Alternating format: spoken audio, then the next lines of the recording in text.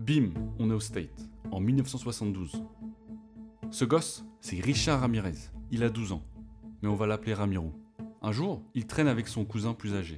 Son cousin lui dit « Hé, viens voir, laisse-moi te raconter les trucs stylés que j'ai fait pendant la guerre. » Et donc, le cousin commence à raconter des histoires horribles, notamment certaines choses qu'il avait faites pendant la guerre du Vietnam, sur les gens qu'il avait éteints, et sur les atrocités qu'il avait commises envers des femmes. Des choses indescriptibles. Je peux même pas vous le décrire ici, sinon ma vidéo risque de se faire démonétiser direct.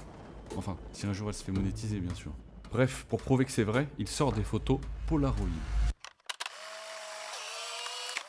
qu'il montre à son jeune cousin. La plupart de ces photos montrent des femmes dans des états absolument atroces. Et étrangement, Ramiro, il est pas du tout dégoûté. En fait, il est même complètement fasciné. Au fait, le cousin plus âgé, c'est cousin Mike. Et environ 3 ans plus tard, ils sont là, chez cousin Mike, qui, tout à coup, a une énorme embrouille avec sa femme. Et il y a un truc qu'il faut savoir sur cousin Mike. Il faut pas l'embrouiller. Et là, il est tellement colère qu'il sort un... Et il finit par éteindre sa femme devant Ramiro. Ça doit être sympa les réunions de famille. Et encore une fois, Ramiro il est pas du tout dégoûté, il est totalement fasciné.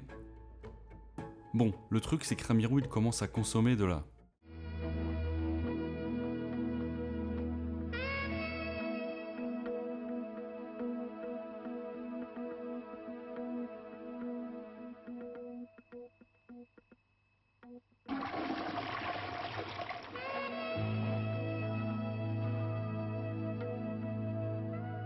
notamment des substances hallucinogènes.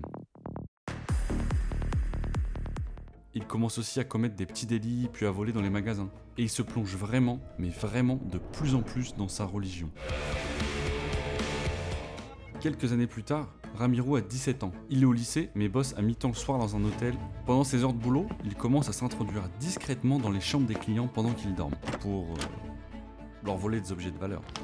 Puis, il va encore plus loin, en essayant de... une cliente pendant qu'elle dort. Finalement, il se fait choper, et bam, il se fait virer. Et là, il se dit « Ah, fait ch***, et finit par abandonner le lycée. Environ 5 ans plus tard, Ramiro a donc 22 ans, et là, il déménage du Texas à San Francisco pour repartir à zéro. Le truc, c'est qu'il passe la plupart de son temps à consommer de la... Et en plus, il abandonne complètement son hygiène et ne mange que des plats très équilibrés. Et pour la boisson, c'est pareil. En plus, le gars a décidé d'arrêter de se brosser les dents. Donc évidemment, ses chicots commencent à pourrir. Enfin bref, il est en train de devenir une véritable épave humaine. Et après 2 ans d'une vie saine et équilibrée comme ça, Ramiro décide soudainement « Ah, tu sais quoi? Je vais commencer à éteindre des gens, ça a l'air cool !» Là, on est en 1984. Et un jour, il aperçoit une fillette de 9 ans qui a perdu un billet d'$1 et qu'il cherche. Ramiro l'approche et lui dit « Hé, je sais où il est ton billet, suis-moi, je vais te le montrer. » Et elle le suit jusqu'au sous-sol de l'hôtel où il habite. Et là, il lui fait des choses horribles. Et quand il a terminé, il décide de l'éteindre. Mais il s'arrête pas là. 3 mois plus tard, il déménage à LA. Los Angeles. Là-bas, il se trouve une petite chambre dans un petit hôtel pépère. Bon, et là, il consomme encore plus de...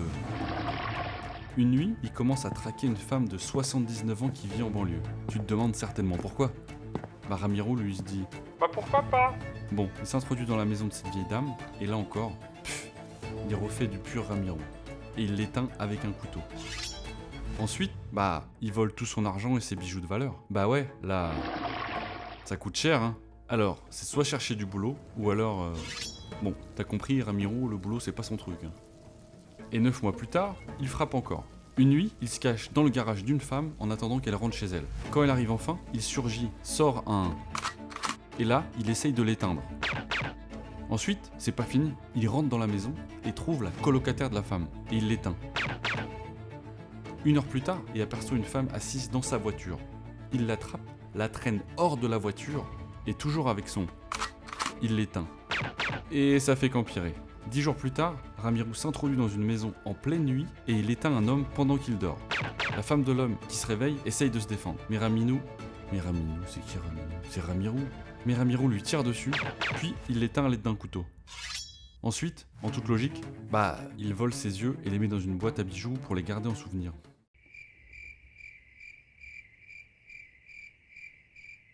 Voilà, voilà. Ainsi, Ramiro continue sur sa lancée. Il va éteindre encore 5 autres femmes et même des couples. Et il va aussi, bien sûr, certaines de ses victimes. Alors bon, on va pas rentrer dans tous les détails, mais c'est de pire en pire. C'est vraiment, vraiment pas joli joli. Généralement, il s'introduit chez ses victimes la nuit, les éteint, parfois les... Puis il dessine des symboles religieux sur la scène de crime. Voilà. Bon, à ce stade, la police commence à examiner cette série d'attaques et se met à penser. Ah, vous savez, il y a peut-être un tueur en série qui est en liberté, hein. Alors ils commencent à enquêter. Pour l'instant, ils ont pas grand-chose. Quelques descriptions de Ramiro, quelques empreintes digitales par-ci par-là. Ah, ils ont aussi des empreintes de chaussures trouvées sur plusieurs scènes de crime. D'ailleurs, les empreintes de chaussures de Ramiro sont vraiment uniques. Ouais, il se trouve qu'il y a une seule paire de cette marque de chaussures de la pointure de Ramiro, qui chose du 45, qui avait été vendue à Los Angeles. Ah, la police tient peut-être quelque chose. Pendant ce temps-là, les médias parlent de toutes ces histoires de gens qui se font éteindre. Et ça fait le buzz dans les news à la télé. Ils le surnomment The Night Stalker, ou, en français, le traqueur nocturne. ce qui honnêtement est un surnom bien trop cool que ces traqueurs ne méritent pas. Bon, et avec toute cette couverture médiatique, Ramiro commence à ressentir la pression et veut surtout pas se faire choper. Alors, il quitte Los Angeles et bouge à San Francisco. Et là, la première chose qu'il fait, c'est s'introduire chez un couple et il les éteint. Puis, il dessine encore un symbole religieux sur le mur. Alors la police enquête et se dit... Est-ce que le Night Stalker est maintenant à San Francisco? À ce moment-là, la maire de San Francisco, Dianne Feinstein, passe à la télévision et organise une conférence de presse. Elle révèle que la police a identifié les chaussures du Night Stalker. grâce à toutes les empreintes qu'il a laissées sur les scènes de crime. Puis, elle montre un portrait robot pour donner au monde une idée de ce à quoi il ressemble. Et Ramiro, évidemment, il est devant sa télé, donc il voit la conférence de presse et il se dit Quoi? Il y a des gens qui regardent cette vidéo et sont pas encore abonnés à Anathème? Attends, je vais les éteindre. « Oh, calme-toi Ramiro. Enfin, c'est vrai en même temps, s'ils sont pas encore abonnés... Moi, à ta place, je m'abonnerais. Hein. Enfin, je dis ça, je dis rien. Non, en vrai, Ramiro, il s'est dit... Oh merde! Les flics sont sur mes traces! Alors là, il se précipite sur le fameux pont Golden McNugget, Golden Gate, et jette ses chaussures dans l'eau. Comme ça, il se dit qu'il ne laissera plus jamais d'empreinte. Et il se fera pas choper à cause de ça. Quelques jours plus tard, Ramiro décide de retourner vers LA. Une nuit, il essaye de s'introduire dans une maison, mais il échoue. Mais lui et ses chicots pourris ne se laissent pas décourager pour autant.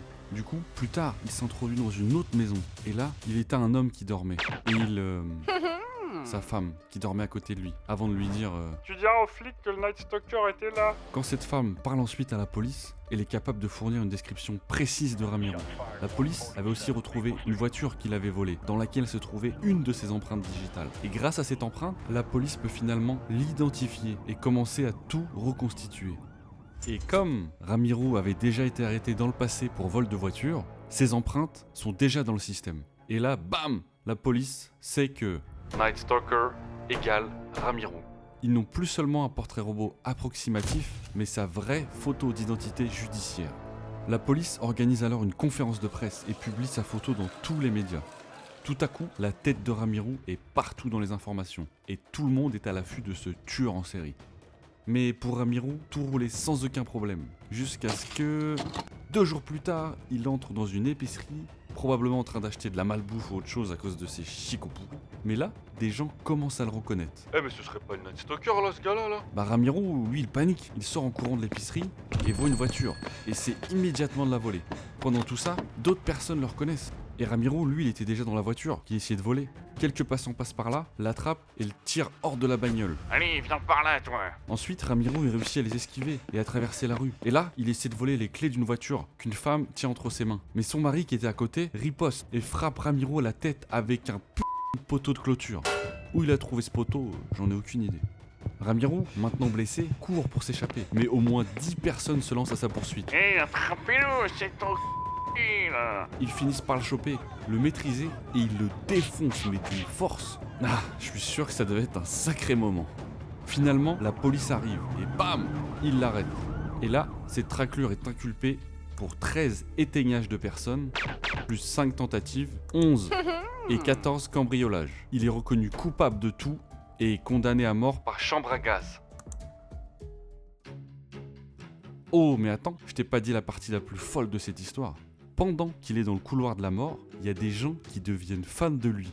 Si, je t'assure. Il y a des gens comme ça, Ah, moi, tout ce qui est tueur en série, moi j'adore. ses fans commencent à lui écrire des lettres, et même à lui rendre visite en prison. D'ailleurs, l'une de ses fans tombe sous le charme direct de cet individu et se marie.